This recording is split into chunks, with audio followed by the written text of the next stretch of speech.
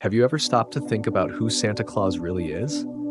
That jolly old man with a white beard who shows up at Christmas full of presents and magic? But is that all he is? Well, get ready to dive into the secrets behind this figure who, though fictional, is known in almost every corner of the world. How did this global icon, spanning generations, cultures, and borders, become so powerful over time? Before he was called Santa Claus, he was known as Saint Nicholas, a generous bishop who lived in the 4th century in the region we now call Turkey. His fame didn't appear out of nowhere.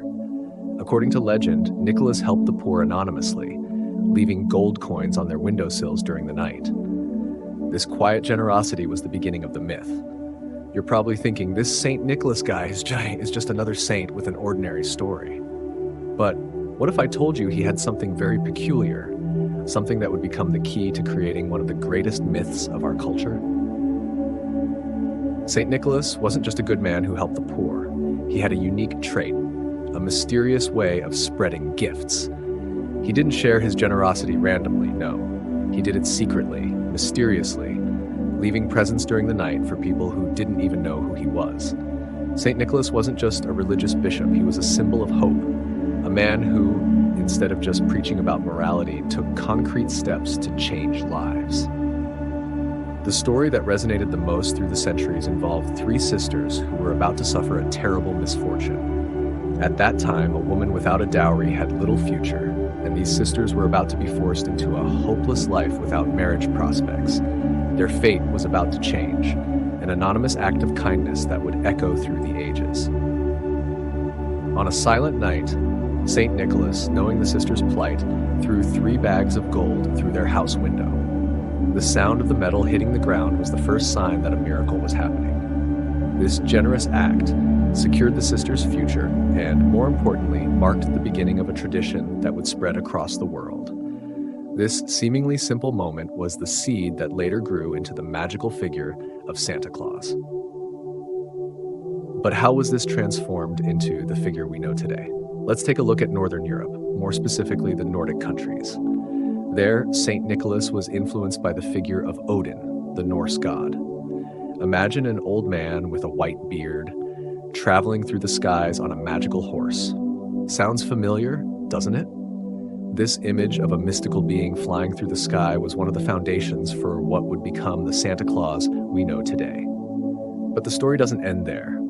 If you go back to the 16th century, in the Netherlands, you'll come across Sinterklaas, the Dutch version of Saint Nicholas. However, he still didn't have the same face we know today.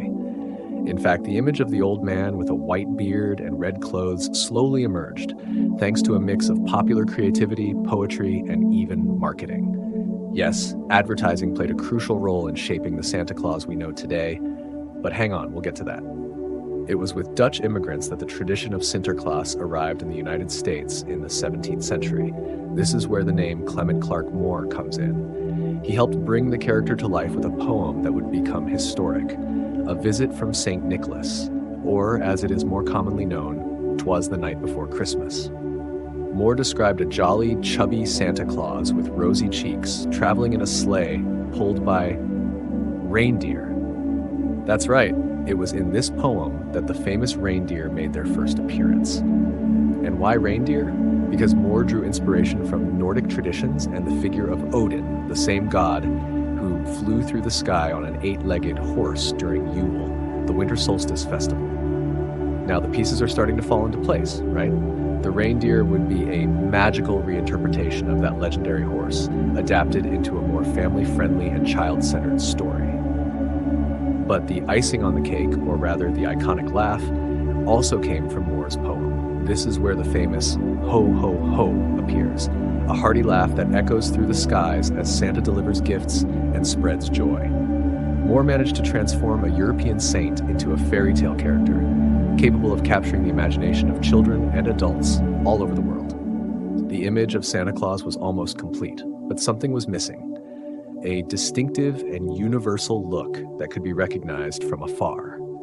It was only in the 20th century that the jolly old man gained the look we know and love today. In 1931, one of the most iconic brands in the world, Coca-Cola, gave a decisive push in this transformation. They hired artist Haddon Sundblom to create a version of Santa Claus that was friendlier, warmer, and of course made consumers feel even more connected to the holiday season. Sundblom painted images of a smiling Santa with rosy cheeks, in good spirits, sitting and drinking a Coca-Cola. The red and white outfit, which had been used in various representations of Santa Claus, was immortalized, and the image we have today was shaped. What seemed like a simple advertising strategy had a profound impact on our culture. This image of Santa Claus not only spread around the world, but also entered every home, business, and film. The jolly old man we know today is not just a symbol of Christmas, but also a global icon of joy and generosity. However, this popularization has a controversial side. Religious groups and cultural critics point the finger at Santa Claus, accusing him of stealing the spotlight from the true birthday celebrant, Jesus Christ. After all, while the world is enchanted with flying reindeer and gift bags, the original message of reflection and solidarity gets lost in the glow of lights and the shopping frenzy. This tension is a direct reflection of the battle between the sacred and the commercial, a conflict that is not exclusive to Christmas, but reaches its peak here. On the other hand, some defend the jolly old man tooth and nail, arguing that he is not the villain of the story. For these people, Santa Claus is a representation of the generosity and joy that the holiday symbolizes. Moreover, they say that in a world so lacking in magic and hope, he offers exactly that, a reason to dream, especially for children. Santa Claus is, after all, a reflection of who we are as a society. He can be both the messenger of a generous culture and the symbol of rampant consumerism. It depends on how we choose to see him. And perhaps this is the greatest curiosity about him. It doesn't matter how he came to be or who reinvented him. In the end, Santa Claus carries a bit of the spirit we decide to attribute to him. In addition to its fantastic origins, Santa Claus also has some intriguing curiosities. To begin with, did you know that Santa Claus is watching you? Don't worry, I'll explain. The guy literally knows whether you've been good or bad all year long, and he doesn't even need an Instagram account to snoop into your life. He has such an efficient surveillance system that it would make any phone app blush. If there's a list of who behaved or not, he probably uses an ultra-advanced mystical surveillance system. I can just imagine a headquarters at the North Pole with elves working in a giant call center receiving daily reports about you. Look, boss, Yoel left the towel wet on the bed again. That's going straight to the naughty list. The image of the good watchman was only reinforced over time. In 1934, an innocent little song called Santa Claus is Coming to Town decided to spice up the legend. And if you pay attention to the lyrics, well, it's almost a disguised warning. He sees you when you're sleeping. He knows when you're awake. No one wants to wake up on the 25th and find out that the gift was replaced by coal. But between us, Santa Claus just wanted to give you some motivation, like a personal trainer for good behavior, but cuter and with a more padded belly. And the most impressive thing is that despite this slightly monitoring side, he never lost his charm. It's as if he's saying, hey, behave, but have fun too, okay? But when Santa Claus isn't working, he needs to rest a bit at home. Did you know that Santa has an official house? In the 20th century, the Finnish government made a masterstroke. They officially declared that Santa lives in Lapland. Basically, they told the world, want to find the old man? This is where he parks his sleigh. And you know what's even more incredible? The plan worked. Today, Rovaniemi, the capital of Lapland, is practically the headquarters of Christmas.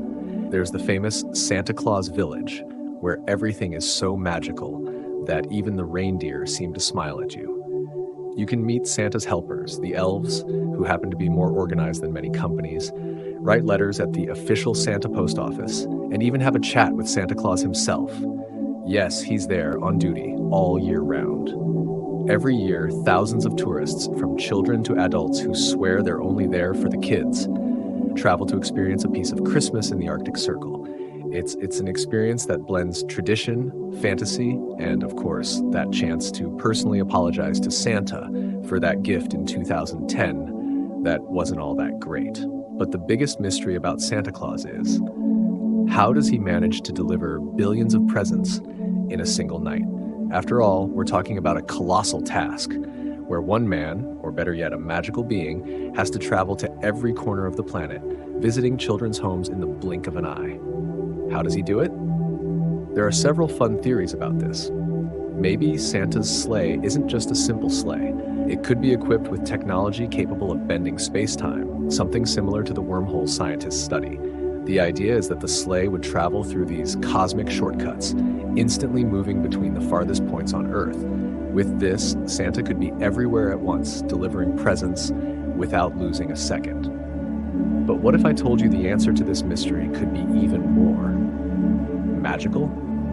Imagine for a moment that Santa doesn't actually need to be physically present in every home. What if, instead, he were a manifestation of the Christmas spirit, something like a pure, benevolent energy that transcends space and time? In this case, what we see as a present appearing under the tree could be the result of an invisible force, capable of making gifts appear magically without anyone needing to leave their house to deliver them. So what's your theory? Is Santa a master of physics, manipulating wormholes, or is he the very embodiment of Christmas magic, able to make our most incredible dreams come true? The truth, perhaps, is that the spirit of Christmas is stronger than any scientific explanation. He is not just a man with a white beard, a red coat, and a bag of presents. He represents something greater, something we all need, especially in the difficult times we live in.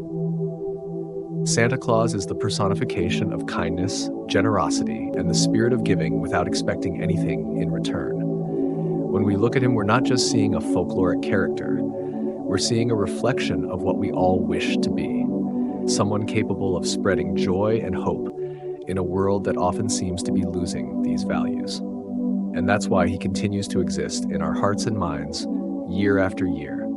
Because more than a Christmas figure, Santa Claus is the idea of a being who cares for everyone. He makes no distinction between rich or poor, famous or unknown, good or bad. He simply exists, reminding us of what truly matters, human connection, the hope that one act of kindness can make a difference. And now, more than ever, the world needs this magic.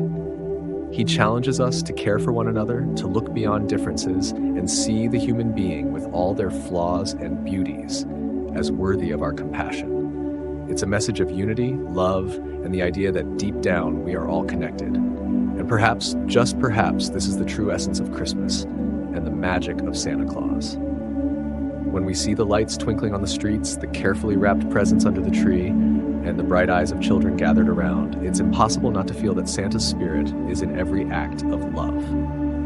He's not just the one who delivers gifts, he is the messenger of something bigger. Something that has no borders, no barriers. His story has crossed centuries and continents, uniting cultures and creating an invisible bond between all people around the world. And now, I want to know, what is your view of Santa Claus? Leave your thoughts in the comments and share your opinion. And if you enjoyed this video, don't forget to like it and subscribe to the channel so you don't miss more videos like this.